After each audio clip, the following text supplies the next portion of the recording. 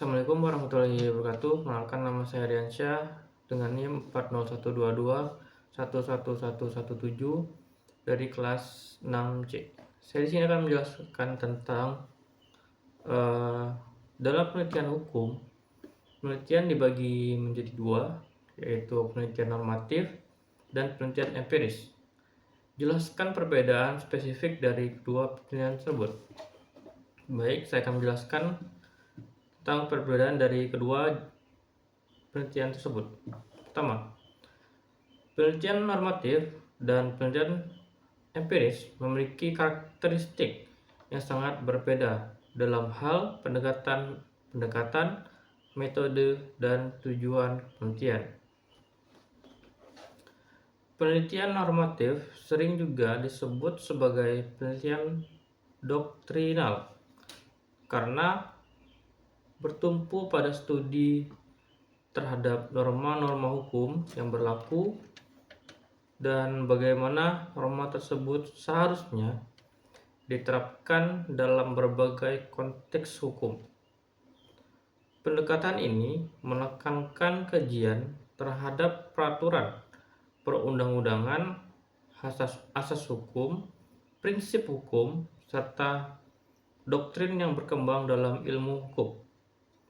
Tujuan utama penelitian normatif adalah untuk memberikan solusi hukum yang tepat terhadap suatu permasalahan berdasarkan teori dan norma yang ada.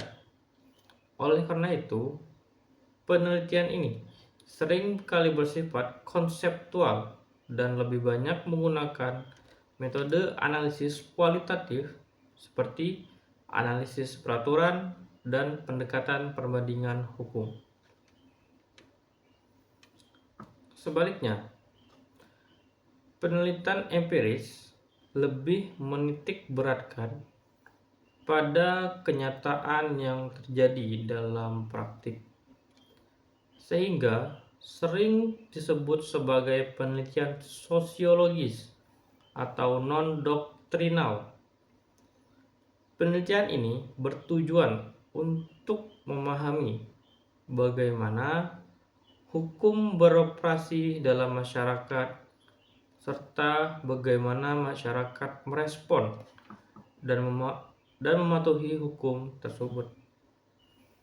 Dengan kata lain, penelitian empiris tidak hanya melihat hukum sebagai seperangkat aturan yang tertulis, tetapi juga suatu fenomena sosial yang dapat berubah dan dipengaruhi oleh berbagai faktor seperti budaya, ekonomi, politik, serta nilai-nilai masyarakat. Dalam penelitian empiris, metode yang digunakan bersifat kuantitatif atau kualitatif seperti wawancara, observasi, studi kasus, maupun survei. Data yang dikumpulkan kemudian dianalisis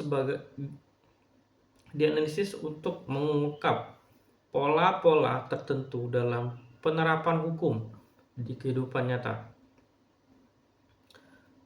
Perbedaan mendasar lainnya terletak pada sumber data yang digunakan. Penelitian normatif mengandalkan bahan hukum primer seperti undang-undang, peraturan, dan putusan pengadilan, serta bahan hukum sekunder seperti jurnal hukum, buku akademik, dan pendapat para ahli. Sementara itu, penelitian empiris menggunakan data yang diperoleh langsung dari masyarakat atau institusi yang berkaitan dengan subjek penelitian. Hal ini membuat normatif lebih bersifat deduktif, di mana analisis dilakukan berdasarkan teori dan aturan yang telah ada. Sedangkan penelitian empiris lebih bersifat induktif karena berangkat dari pengamatan terhadap fenomena di lapangan untuk kemudian menarik kesimpulan. Selain itu, penelitian normatif seringkali digunakan untuk merumuskan konsep hukum yang ideal dan memberikan solusi dalam pembentukan serta penerapan hukum. Sebaliknya, penelitian empiris mengidentifikasi kendala atau hambatan yang muncul dalam implementasinya. Dengan kata lain, penelitian normatif lebih fokus pada apa yang seharusnya dalam hukum, sedangkan penelitian empiris meneliti apa yang terjadi dalam praktik. Meskipun memiliki perbedaan yang signifikan, kedua jenis penelitian ini saling melengkapi dalam pengembangan ilmu hukum dan ilmu sosial. Penelitian normatif memberikan landasan teoritis yang kuat, sedangkan penelitian empiris memberikan gambaran nyata mengenai efektivitas hukum dalam kehidupan masyarakat. Kombinasi dari kedua pendekatan ini dapat menghasilkan pemahaman yang lebih komprehensif terhadap hukum dan perannya dalam membentuk kehidupan sosial.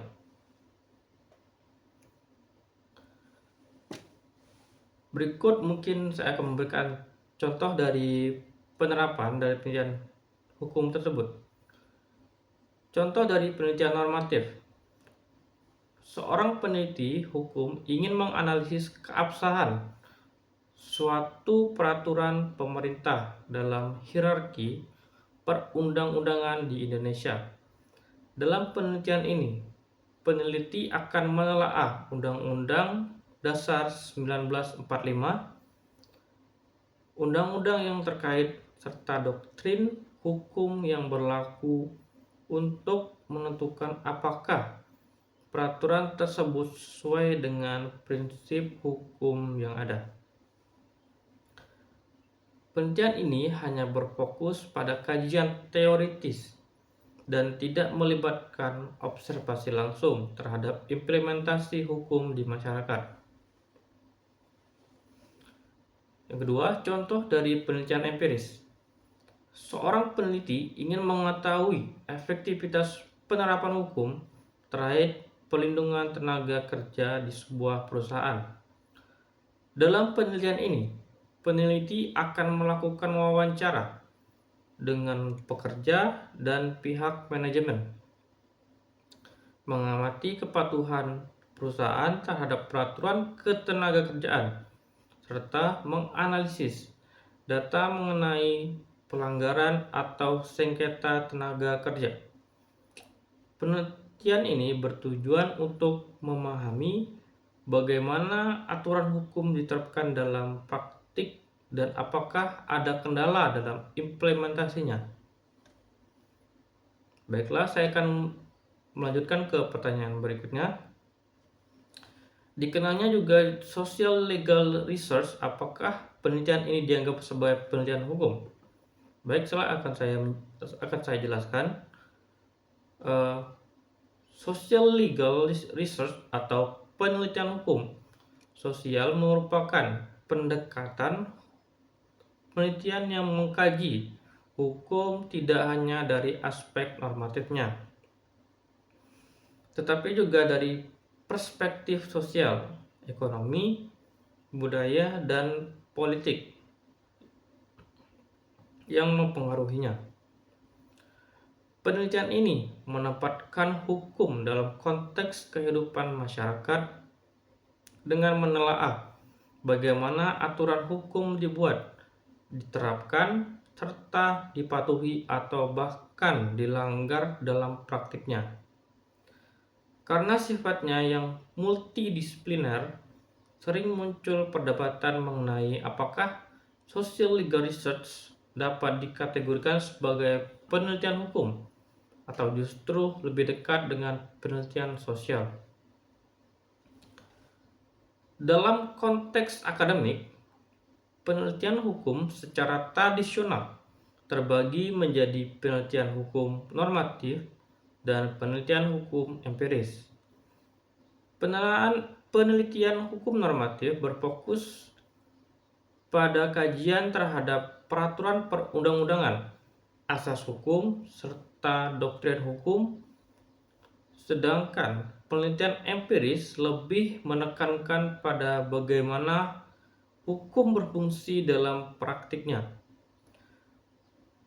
Social research berada di antara kedua pendekatan ini, karena meskipun tetap berkaitan dengan hukum, penelitian ini tidak hanya melihat hukum sebagai aturan tertulis yang bersifat abstrak, tetapi juga sebagai fenomena sosial yang hidup dalam masyarakat. Oleh karena itu, social legal research sering dianggap sebagai penelitian hukum yang bersifat interdisipliner karena menggabungkan pendekatan hukum dengan metode ilmu sosial seperti wawancara, survei, dan observasi lapangan. Jika dilihat dari aspek tujuan, social legal research bertujuan untuk memahami hubungan antara hukum dan masyarakat, termasuk bagaimana hukum mempengaruhi perilaku individu atau kelompok, serta bagaimana respon masyarakat terhadap kebijakan hukum yang telah diterapkan. Misalnya, penelitian tentang efektivitas hukum perlindungan tenaga kerja tidak hanya akan menganalisis undang-undang yang berlaku, tetapi juga melihat bagaimana hukum tersebut dijalankan dalam dunia kerja. Apakah ada kendala dalam implementasinya, dan bagaimana pandangan pekerja serta pengusaha terhadap aturan tersebut.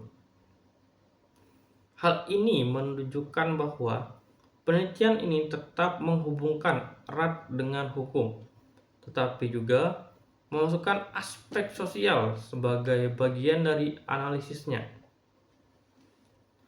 Dalam dunia akademik dan praktik hukum, social research semakin diakui sebagai bagian dari penelitian hukum karena memberikan perspektif yang lebih luas dalam memahami hukum. Pendekatan ini membantu menjembatani kesenjangan antara teori hukum dengan kenyataan yang terjadi di masyarakat. Oleh karena itu, meskipun tidak sepenuhnya masuk dalam kategori penelitian hukum normatif, social legal research tetap dapat dikategorikan sebagai penelitian hukum, terutama dalam kajian yang menyoroti implementasi, efektivitas, dan dampak hukum dalam kehidupan sosial. Baiklah, saya memberikan sedikit contoh dari penelitian tentang efektivitas hukum lingkungan. Seorang peneliti ingin meneliti efektivitas hukum mengenai perlindungan lingkungan hidup di Indonesia, khususnya tentang implementasi peraturan terkait pengelolaan limbah industri. Jika penelitian ini dilakukan secara normatif, maka peneliti hanya menganalisis undang-undang, peraturan pemerintah, dan doktrin hukum yang terkait dengan perlindungan lingkungan. Namun dalam pendekatan social legal research, peneliti juga akan melakukan observasi di lapangan, mewawancari perusahaan industri, aktivis lingkungan, serta masyarakat terdampak untuk memahami bagaimana hukum tersebut diterapkan. Apakah perusahaan benar-benar mematuhi regulasi dan bagaimana dampak terhadap masyarakat. Baiklah, sekian penjelasan dari saya. Wassalamualaikum warahmatullahi wabarakatuh.